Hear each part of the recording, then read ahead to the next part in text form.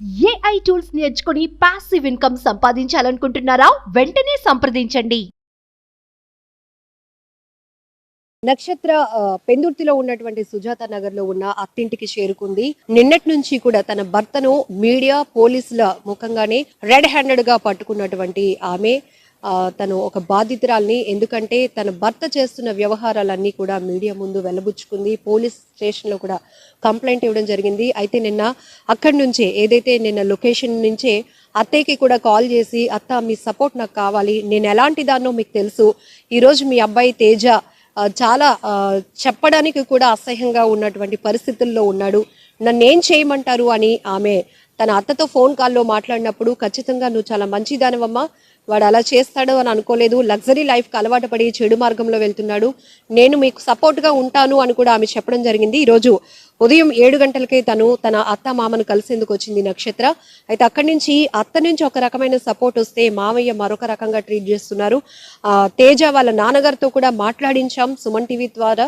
ఎందుకంటే నక్షత్ర ఆరోపిస్తుందన్ని ఆరోపణలేనా, వాస్తవాలు ఉన్నాయా, అసలు ఏం జరిగింది అడిగి తెలుసుకునే ప్రయత్నం చేస్తే ఆయన చెప్తున్నారు, పెళ్ళైన తర్వాత చాలా మారిపోయాడు నా కొడుకు, పెళ్లికి ముందు వరకు నా కొడుకు, పెళ్ళైన తర్వాత సినిమాల్లోనికి వెళ్ళిన తర్వాత నా చెయ్యి దాటిపోయాడు, కాబట్టి తను ఏం చేస్తున్నాడో చెప్పలేని పరిస్థితిలో ఉన్నాను, తను ఇలా చెయ్యొద్దు అని చెప్పే పరిస్థితిలో కూడా నేను లేను అని ఆయన ఒక తండ్రిగా తన బాధ్యత ఏంటో కూడా సుమన్ టీవీతో షేర్ చేసుకోవడం జరిగింది. నక్షత్ర అలాగే వాళ్ళ మదర్ కూడా మనతో పాటు ఉన్నారు. సో అత్తింటికి వచ్చింది చాలా ఆశతో. ఎందుకంటే ఒక భర్తని ఎదుర్కోవటానికి తన తల్లిదండ్రుల సపోర్టే కాదు, తన అత్త మామ సపోర్ట్ కూడా కావాలని కోరుకుంది నక్షత్ర. అందుకే ఉదయం 7 గంటలకే అత్తింటికి చేరుకుంది, మామయ్యతో మాట్లాడింది.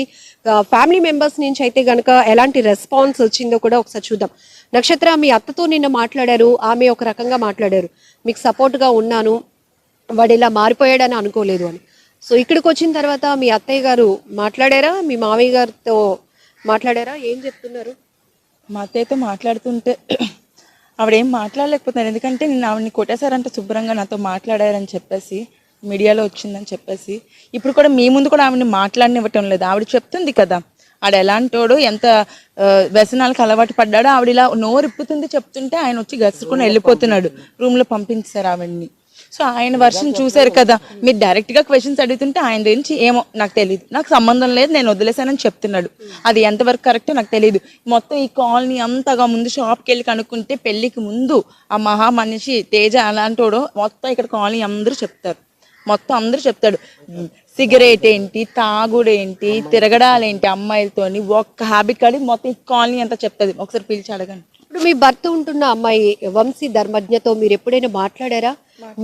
మీ బాధ కోసం లేకపోతే మీ బాండింగ్ కోసం చెప్పే ప్రయత్నం చేశారా? చాలా ఒక 3-4 టైమ్స్ చెప్పున్నాను తనతోని, ఇట్లా నాకు మ్యారేజ్ అయిందని నీకు తెలుసు అంటే తెలుసు, పాప ఉంది అన్నీ తెలుసు, అయినా నువ్వు ఎక్స్ పార్టీ అయిపోయావు ఎప్పుడో, మీరు ఎప్పుడైతే కేసులు వేసుకున్నారో అన్నీ ఇంకొదిలే, ఇప్పుడు నా మొగుడు నాకు సొంతం. నిన్న ఇక్కడికి వెళ్ళారు, వాళ్ళిద్దరూ ఉంటుండగానే మీడియాకి లేకపోతే పోలీసులకి వాళ్ళ వ్యవహారం చూపించే ప్రయత్నం మీరు చేశారు. నిన్న అమ్మాయి బయటకు వచ్చిన తర్వాత కూడా స్టేషన్ కి రండి 2 పార్టీస్ అని కూడా చెప్పారు కదా, నిన్న మీరు స్టేషన్ కి వెళ్ళారా, అమ్మాయితో అక్కడ కూడా మాట్లాడారా పోలీసుల సమక్షంలో? నేను స్టేషన్కి వెళ్ళానండి, 3 టౌన్ పోలీస్ స్టేషన్కి వెళ్ళాను, కానీ ఆ అమ్మాయి రాలేదు.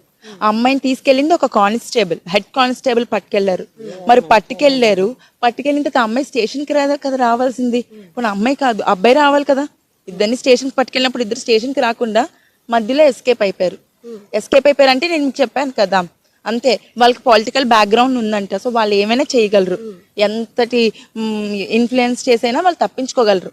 సో ఇక్కడ నేనే పోరాడాలి, అంతే, నేనే ఇటు అటు తిరిగి వీళ్ళని వాళ్ళని బతంలాడుకోవాలి. మీడియా సపోర్ట్ లేకపోతే నాకు ఎటువంటి సపోర్ట్ కూడా లేదు. నిన్న 3 టౌన్ లో ఏమైనా కేసు ఫైల్ చేశారా? కంప్లైంట్ రాసిమ్మన్నారు, తర్వాత వాళ్ళని పిలిపించి మాట్లాడుతారు. మరి మీరు క్వశ్చన్ చేయలేదా? నిన్న అక్కడికి వచ్చారు, ఒక సార్లు అడిగాను మేడం, నేను అక్కడ కానిస్టేబుల్స్ ని ఎస్ఐని అందరినీ అడుగుతున్నాను, వచ్చినమ్మాయి ఏదండి, తను అంతకన్నా మాకన్నా ముందు స్టార్ట్ అయింది కదా, తను రాలేదు ఎందుకంటే నాకు తెలియదేమ్మా, కేసు అయితే వచ్చింది కానీ అమ్మాయి ఎక్కడుందో మాకు తెలియదు అంటున్నారు. ఎక్కడుందో తెలీదు అంటే వాట్ డస్ ఇట్ మీన్, నాకు అర్థం కాలేదు అసలు. అంటే ఎలాగ తీసుకోండి అంటే నక్షత్ర, మీ మామయ్య చెప్తున్నారు మా అబ్బాయే కానీ తను నా కంట్రోల్లో లేడు, అవుట్ ఆఫ్ కంట్రోల్. ఎందుకంటే కోడలు కొడుకు ఇద్దరు కూడా పెళ్ళయిన తర్వాత ఒక 3 రోజులు మాత్రమే మాతో పాటు ఉన్నారు, తర్వాత వాళ్ళ ఇండివిజువల్ లైఫ్ చూసుకున్నారు కాబట్టి ఇంకా వాళ్ళ లైఫ్ వాళ్ళదే అని వదిలేసాము. కాబట్టి వాళ్ళ మీద ఎలాంటి గ్రిప్పు లేదు, వాళ్ళ కోసం ఎలాంటి ఇన్ఫర్మేషన్ కూడా లేదు అని చెప్తున్నారు. మీ మామయ్య మాటల్ని నువ్వు ఎలా ఒక ఎగ్జాంపుల్ చెప్తానండి. పెళ్లి చేసుకుంటారు, ఫారిన్ వెళ్ళిపోవాల్సి ఉంటుంది వైఫ్ అండ్ హస్బెండ్. అప్పుడు ఇక్కడ ఇంట్లో ఉన్న ఇన్లాస్ వదిలేస్తారండి? మీరు చెప్పండి. ఫారిన్లో జాబులు చేస్తున్న వాళ్ళు ఇక్కడ అత్తమామలు వదిలేస్తారా? ఫారిన్లో ఉన్నారు, మీరు సస్తే సావండి, బతికితే బతకండి అని వదిలేస్తారా? ఇప్పుడు పెళ్ళయింది, ఆ అబ్బాయి ఇక్కడ ఉండలేను, మనం వేరేగా ఇండివిజువల్గా ఉండాలని నా కోరిక అని చెప్పి నన్ను వేరే ఇంట్లో పెట్టాడు. ఆ అబ్బాయికి ఇక్కడ భయం లేక ఆ మాట అడిగి నన్ను చెప్పి తీసుకెళ్ళిపోయాడు. పెళ్ళైన కొత్తలో నేనేం మాట్లాడతానండి? ఉండమంటే ఉంటాను, వెళ్ళిపోదామంటే వెళ్ళిపోతాను. భర్త ఏం చెప్తే అది చేస్తాము. తను అదే అన్నాడు వెళ్ళిపోదామని. మరి నేను పట్టించుకోలేదు అంటే తండ్రికి ఉంటది కదా, ఎవడరా మీరు వెళ్ళిపోవడానికి, మీరు ఇక్కడే ఉండండి అంటే ఉంటాం కదా. చాలా బాగుంది అది. మీరు చాలా హోప్ తో వచ్చారు. నిన్న మీ అత్తయ్యతో మాట్లాడినాక తను నాకు చాలా సపోర్ట్ గా ఉంది, మా మావయ్య కూడా సపోర్ట్ చేస్తారని ఉదయం 7 గంటలకే ఇక్కడికి వచ్చారు. వాళ్ళ మాటలు చూస్తుంటే మీకు సపోర్ట్ గా ఉంటారనిపిస్తోందా? ఒకవేళ సపోర్ట్ లేకపోతే మీరు ఈ ఫైట్ ని ఎట్లా ముందుకు తీసుకెళ్తారు? నిన్న మా అత్తయ్య మాటలు విని నాకు చాలా సపోర్ట్ వస్తుందని నేను యాక్చువల్లీ చాలా ఫీల్ అయ్యాను. బట్ ఆవిడ ఎప్పుడైతే నేను మీడియాలో ఆవిడది కూడా టెలికాస్ట్ అయిందో ఆవిడని కూడా బాగా అబ్యూస్ చేశారంట లోన. మరి ఇంకా ఆవిడ కూడా బయటకు రాదని ఇంక అర్థమైపోయింది. మరి కొడుకు కదండి, కొడుకు పెద్ద టెర్రరిస్ట్ అయినా తల్లిదండ్రులు సమర్థిస్తారు అనడానికి మా మామయ్య గారు పెద్ద ఎగ్జాంపుల్. మా తండ్రి వెనకేసుకొస్తున్నాడు కదా. కొడుకు ఎదవైనా సరే అంతే. ఆయన కొడుకులు అందరూ అంతేనండి, అందరూ అంతే. అందరూ బాగోతారు బయటకు తీసుకెళ్ళాలంటే బోల్డ్ తీసుకురావాలి. అమ్మా, మీరు కూతుర్ని పట్టుకొని వచ్చారు, వాళ్ళు మంచి వాళ్ళు అని కూడా నిన్న మీరు స్టేట్మెంట్ ఇచ్చారు. వాళ్ళు మంచి వాళ్ళండి, వాళ్ళ అబ్బాయి చేస్తున్నది వాళ్ళకి ఏమీ తెలీదు. ఇప్పుడు నిన్నంతా తెలుసుకున్నారు కదండి, మీరు ఏం చెప్తారు అన్నా కూడా ఆయన నుంచి ఏం సమాధానం రావట్లేదు. ఇప్పుడు నిన్న 12 అవుతుంది, నిన్న మధ్యాహ్నం 12 గంటల్లోని వాళ్ళ ఆఫీస్ అని చెప్పుకునే రూమ్లోని వాళ్ళిద్దరూ చీకట్లో దొరికిపోయారు రెడ్ హ్యాండ్లుగానా. అంటే చిన్న పిల్లాడిని అడిగినా చెప్తాడు ఏంటి అది తప్పు అని. వాళ్ళు చేస్తుంది తప్పుడు పని కాబట్టి ఆ టైంలో వాళ్ళిద్దరు పడుకున్నారు, బెడ్ ఉంది, అన్నీ క్లియర్ కట్గా మీడియా వాళ్ళు ఉన్నారు, మీడియా తీసింది, పోలీసులు ఉన్నారు, అన్నీ చేశారు. మరి ఒక తండ్రిగా తప్పు అని చెప్పలేకపోతున్నాడు ఏంటి, తెలియదు అని చెప్తాడు ఏంటంటే అతను ఎర్రాడా? అతను ఏమైనా అంత ఎర్రాడైతే పిల్లల్ని ఎలా పెంచుతాడండి? తప్పు అని చెప్పలేకపోతే చెప్పండి. కట్నం నేను చేతులారా తీసుకోలేదు. ఒకవేళ వాళ్ళు బాగా ఉన్నవాళ్ళు కాబట్టి అల్లుడిని బాగా చూసుకోవాలి కాబట్టి ఇస్తే ఇచ్చి ఉండొచ్చు కాక అంటున్నారు ఆయన. ఇప్పుడు కట్నం ఉంది అతని చేతిలో పెట్టాం కదండి, మధ్యవర్తి చేతిలో పెడతాం. నేను తీసుకోలేదు అంటాడు. ఆడపడుచు కట్నాలు ఆడపడుచు చేతిలో పెడతాం, అది నేను ముట్టుకోలేదు అంటాడు. అంత తెలుగుగా మాట్లాడిన మేమేం మాట్లాడతామండి? మీరు ఇవ్వలేదు అని కూడా ఆయన స్టేట్మెంట్ ఇవ్వలేకపోతున్నారు. ఇస్తే ఇచ్చి ఉండొచ్చు, వాళ్ళకి బాగా ఉంది, కూతురుకి బాగా చూసుకుంటాడు అని కొడుకు ఇచ్చి అల్లుడికి ఇచ్చి ఉండొచ్చు. ఇప్పుడు కట్నం తీసుకోవడం అనేది మామూలుగా నేరం అండి. డైరెక్ట్గా నేను తీసుకున్నాను తండ్రి చెప్పడండి, తీసుకున్నాను కూడా చెప్పరు. తీసుకున్నానని ఎలా చెప్తాడండి? అది ఎవరు మీరు అడిగినా చెప్పరు. తేజ వాళ్ళ ఇంటికి వచ్చాం. ఇక్కడైతే నాకు ఒక విచిత్రమైన పరిస్థితి కనిపించింది. ఫస్ట్ వాళ్ళ మదర్ చెప్పే ప్రయత్నం చేస్తున్నారు. ఏంటంటే సినిమాల్లోనికి వెళ్ళిన తర్వాత చాలా చేంజెస్ కనిపించాయమ్మా, లగ్జరీ లైఫ్కి అలవాటు పడ్డాడు, తర్వాత ఇలాంటి రకాలైన హ్యాబిట్స్కి అలవాటు అవ్వడం అని ఆమె చెప్తుంటుంటేనే ఆమె చెప్పడానికి కన్సర్న్ పర్సన్ కాదు, షీ స్టెప్ మదర్ అని అతను చెప్తున్నాడు. సో అట్లా నేను కూడా ఖండించాను. ఒక తల్లి లాంటి తల్లిని మీరు ఎట్లా చెప్తారండి అని నేను చెప్పినప్పుడు కూడా నా కొడుకు కోసం నాకు తెలిసింది నేను చెప్తాను అంటూ ఆయన సుమన్ టీవీతో కొన్ని మాటలు షేర్ చేసుకున్నారు. పెళ్ళి అవ్వకముందు వరకు తను నా కంట్రోల్లో ఉన్నాడు. పెళ్ళి అవ్వకముందు కన్నా సినిమాల్లోనికి వెళ్ళకముందు, సినిమా అంటే నా కొడుక్కి చాలా ప్యాషన్. నాకు 4 పిల్లలు, అందులో 2వ వాడు తేజ. తనకి సినిమాలంటే చాలా ఇష్టం, ప్యాషన్. కానీ మేము వద్దన్నాం. అయినప్పటికీ మిడిల్ క్లాస్ ఫ్యామిలీ మాది, అయినప్పటికీ కూడా తను ఇంట్రెస్ట్గా వెళ్ళాడు. అలా సినిమా ఆడిషన్లోనే వీళ్ళిద్దరికి, నక్షత్రకి తనకి పరిచయం ఏర్పడింది. పెళ్లి కూడా చేసాం చాలా గ్రాండ్గా.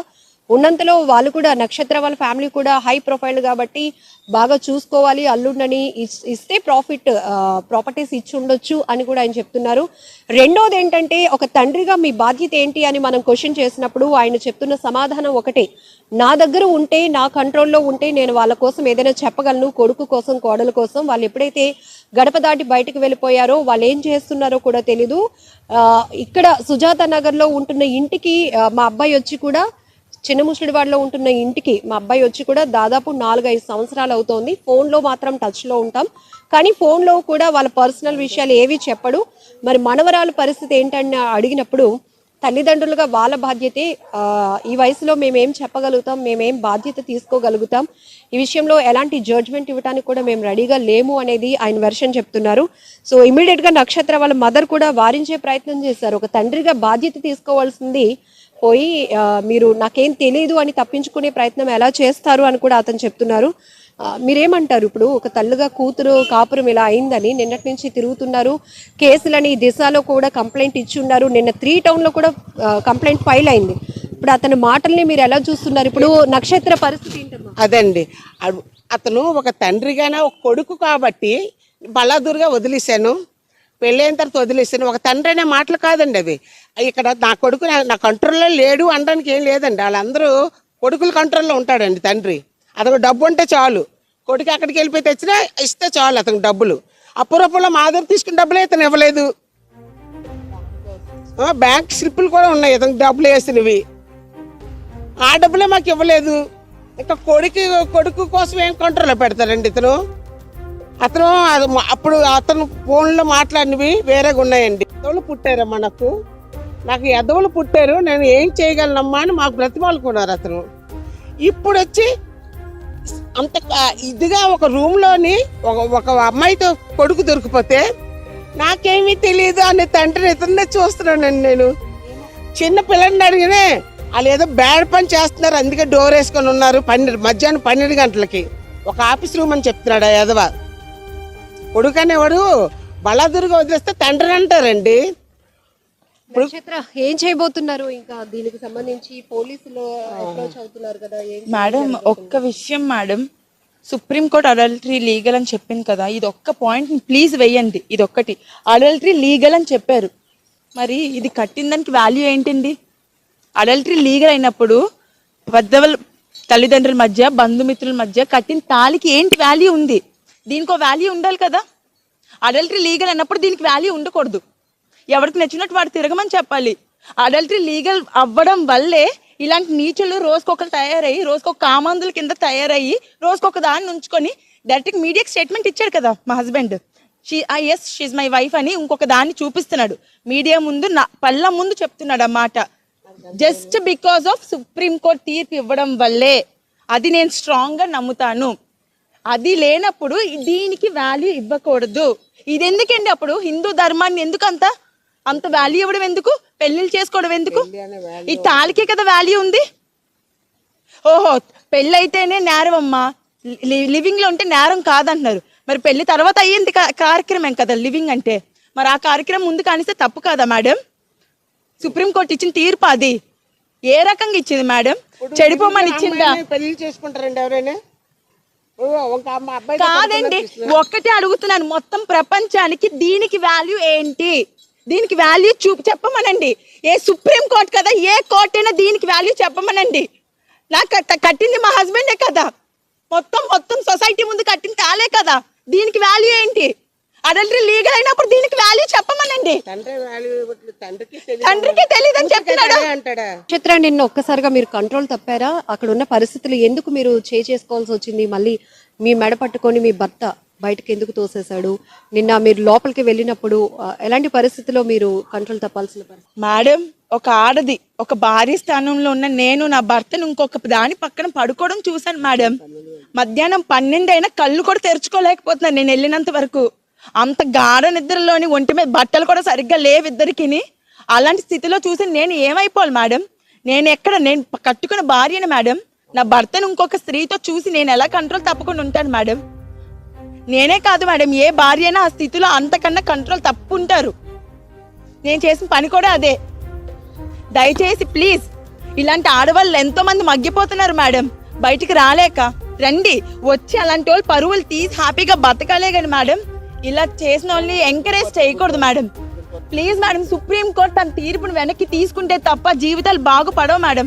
లేదా నాలాంటి కేసులు రోజుకొకటి 100 పుట్టుకొస్తాయి. నక్షత్ర, కొంతమంది పబ్లిక్ నుంచి కూడా వస్తున్న ఒపీనియన్స్ చెప్తాను. భర్త కావాలి అనుకుంటున్నప్పుడు గుట్టుగా చేసుకోవాలి కానీ ఇలా వీధికి ఈడ్చడం ఏంటి, ఆమె ఇంటెన్షన్ ఏంటి అని రెండో రకంగా ప్రశ్నించే వాళ్ళు కూడా ఉన్నారు. కానీ మీరు చెప్తున్నారు చాలా భరించాను, చాలా ఇంకా నా వల్ల కాలేదు, నా కూతురు భవిష్యత్తు ఏంటని ఒక్క కోణంలో మాత్రమే అతన్ని నేను యాక్సెప్ట్ చేయడానికి ఉన్నాను. అలానే ఇతను చేసే పనులు ఇంకొకరికి కూడా చెప్పుదెబ్బ కావాలి అంటే ఇలాంటి వాళ్ళ స్థితి ఏంటో ప్రపంచానికి చూపించే ప్రయత్నం చేశాను అన్నది మీ వెర్షన్. మీరేం చెప్పాలనుకుంటున్నారు సమాధానం? మేడం, నాకు మ్యారేజ్ అయ్యి 10 years అయింది. నేనే 1 yearకో 2 yearskో బయటకు వచ్చి పరుగులు తీయలేదు మేడం. మ్యారేజ్ అయ్యి 10 years అయింది ఎగ్జాక్ట్గా. ఈ ఇయర్తో 10 years అయింది. లాస్ట్ 3 yearsగా డిస్టర్బెన్సెస్. 10 సంవత్సరాలుగా భరిస్తున్నదాన్ని కదా మేడం. మొహాల మీద ఉమ్ములు వేస్తాడు మేడం మనిషిని ఇలా పట్టేసుకొని. అదొక సైకోయిజం. 3 సంవత్సరాల నుంచి డిస్టర్బెన్సెస్ వచ్చి అంటే నా మొగుడు 10 మందితో తిరుగుతున్నాడని తెలిసింది మేడం. అడిగే ప్రయత్నంలో తను పారిపోయాడు. నేను ఎక్కడుండాల్సిందని అక్కడే ఉన్నా, తను పారిపోయాడు. తను పారిపోతే అంటే ఇప్పుడు ప్రపంచానికి తెలియజేయకపోతే ఇలాంటి కామందులు ఇంకొక 100 మంది పుట్టుకొస్తారు కదా మేడం. నాలాంటి హస్బెండ్ ని వదిలేస్తే సుప్రీం కోర్టు ఇచ్చిన తీర్పు అడల్టరీ లీగల్ అని ప్రూవ్ అయితే రేపిస్టులు 100 మంది తయారవుతారు. రేపు ఆ రేపిస్టులను కూడా లీగల్ అని చెప్పండి.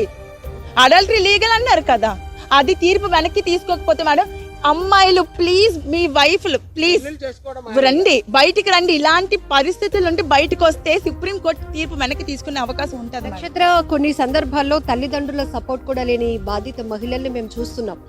ఇప్పుడు మీకు సపోర్ట్ లేకపోతే మీరు, మీ పాప పరిస్థితి ఎట్లా ఉంది? మేము సూసైడ్ చేసుకుంటాం మేడం. మాకు అంతకన్నా ఆప్షన్ లేదు. ఎందుకంటే తిండి పెట్టినోడే లేకపోతే ఆకలితో చచ్చిపోవాలి మేడం, ఆకలితో చచ్చిపోవాలి. ప్రత్యేకంగా మేము సూసైడ్లు చేసుకోక్కర్లేదు. ఎవరు చూడడానికి లేకపోతే ఆకలితో చచ్చిపోతాం అంతే. ఏముంటది మేడం, వీళ్ళు పో అంటారు, వాళ్ళు ఉండరు. అప్పుడు మా పరిస్థితి ఏంటి? నేను నా కూతురుతో తీసుకెళ్ళి ఎట్టని దూకియాలి, లేదంటే ఆకలితో చచ్చిపోవాలి అంతే. ఈ రెండే. మీడియా హెల్ప్ తప్ప నేను ఇంకెవరి హెల్ప్ నాకు చెయ్యరు కూడా మేడం. మీడియా తప్ప సుమన్ టీవీ ప్రత్యేకమైన ఫోకస్ తీసుకొని మొత్తం సేవ్ చేశారు మేడం. నిజంగా చెప్తున్నాను, నా లైఫ్ అని కాదు, ఎంతో మంది అమ్మాయిల లైఫ్ సేవ్ చేసింది సుమన్ టీవీ. ఇప్పుడు నా లైఫ్ కూడా సేవ్ చేస్తుంది మీరే. కాబట్టి నేను మీకే థ్యాంక్స్ చెప్తాను. నా లైఫ్ మరి ఇప్పుడు దీని తర్వాత నేను పోరాటం అయితే ఆపడు మేడం. ఎక్కడ నేను తగ్గేదైతే లేదు. నాకు న్యాయం జరిగేదాకా పోరాటం చేస్తాను. అంటే మీ భర్త నుంచి మీకు థ్రెట్ ఉంది అంటున్నారు. మరొక వైపు వాళ్ళిద్దరూ ఉన్న చోటుకి మీరు ధైర్యంగా వెళ్ళగలిగారు మీ మదర్ని తీసుకొని. ఒకవేళ నిన్న పోలీసులు, మీడియా లేకుండా ఉంటే చంపేస్తాడు మేడం ఆన్ స్పాట్. ఎందుకంటే పెళ్ళైనప్పుడే ఇగోండి ఆ సెకండ్ హౌస్ లో ఉండేవాళ్ళం మేము. అక్కడే పెద్ద గొడవ అయిపోతే నన్ను గోడకేసి కొట్టేసి లెఫ్ట్ లో ఐ బ్లర్ చేసి ఇలాగా ఇగోండి ఇలాగా మొత్తం ఈడ్చుకొని వెళ్ళిపోతే ఇదంతా బ్యాక్ బ్లడ్ వచ్చేసి కడుపులో తన్నేసి ఇంటికి వచ్చి నేను స్లీపింగ్ పిల్స్ మింగేశాను. ఆ ఇంట్లో ఉండేవాళ్ళం అప్పుడు. అలా చేసిన మనిషి నేను మా అమ్మ వెళ్తే ఇద్దరిని అక్కడే పూడ్చిపడేస్తాడు. ఎవరి సాయం లేకుండా వెళ్ళిపోతే ఏం లేదు. జిమ్ బాడీ అంటే స్టెరాయిడ్స్ వేస్తాడు మేడం. స్టమక్ కి వేస్తాడు స్టెరాయిడ్స్. ఆట్రోపిన్ అని ఒక మెడిసిన్ స్టమక్ కి వేస్తాడు. ఆడు జిమ్ బాడీ పెరిగిపోవాలనో మరి ఇంకేం చెయ్యాలనో. ఆడు జిమ్ బాడీ అంటే ఆడు కొడితే ఎవడైనా చచ్చిపోతాడంట. మేము ఒకసారి డాక్టర్ తీసుకెళ్లి చూపించాం, మా హస్బెండ్ ఇలాంటిది వాడుతున్నాడు అంటే ఇమీడియట్ గా జైల్లో వేస్తారు ఇలాంటి డ్రగ్స్ తీసుకుంటే అన్నారు. అది కూడా మా ఇంట్లో ఉన్నాయి. ఆ బాక్స్ ఉంది, వాడు వాడే బాక్స్ ఉంది. వాడికి బ్లడ్ టెస్ట్ చేస్తే తెలిసిపోద్ది వాడి ఒంట్లో ఎంత డ్రగ్ ఉందనేది. ఇప్పుడు ఏం న్యాయం కోరుతున్నారు? ఎందుకు మీ పోరాటంలో ఏం మేడం, పోలీస్ స్టేషన్ కి వెళ్ళేటప్పుడు నేనే తప్ప వాళ్ళెవరు లేరు మేడం. మా హస్బెండ్ కానీ ఆ అమ్మాయి కానీ ఇద్దరు లేరు అక్కడ. వాళ్ళే ముందు స్టేషన్ కి వెళ్ళారు. అసలు ఏంటంటే కౌంటింగ్ టైం కదా, 2 రోజులు ఆగండి అమ్మా, కౌంటింగ్ టైం కదా, మా పక్కనే నాకు డ్యూటీ వేశారు. కౌంటింగ్ అది కరెక్టే కదా, కౌంటింగ్ టైం అమ్మా, అయితే 7వ తారీఖున రండి అప్పుడు మాట్లాడదాం అన్నారు. సిఎస్ చెప్పారండి, 3 టౌన్ స్టేషన్ నుంచి. ఆ సార్ బాగానే స్పందించారు, మాట్లాడారు.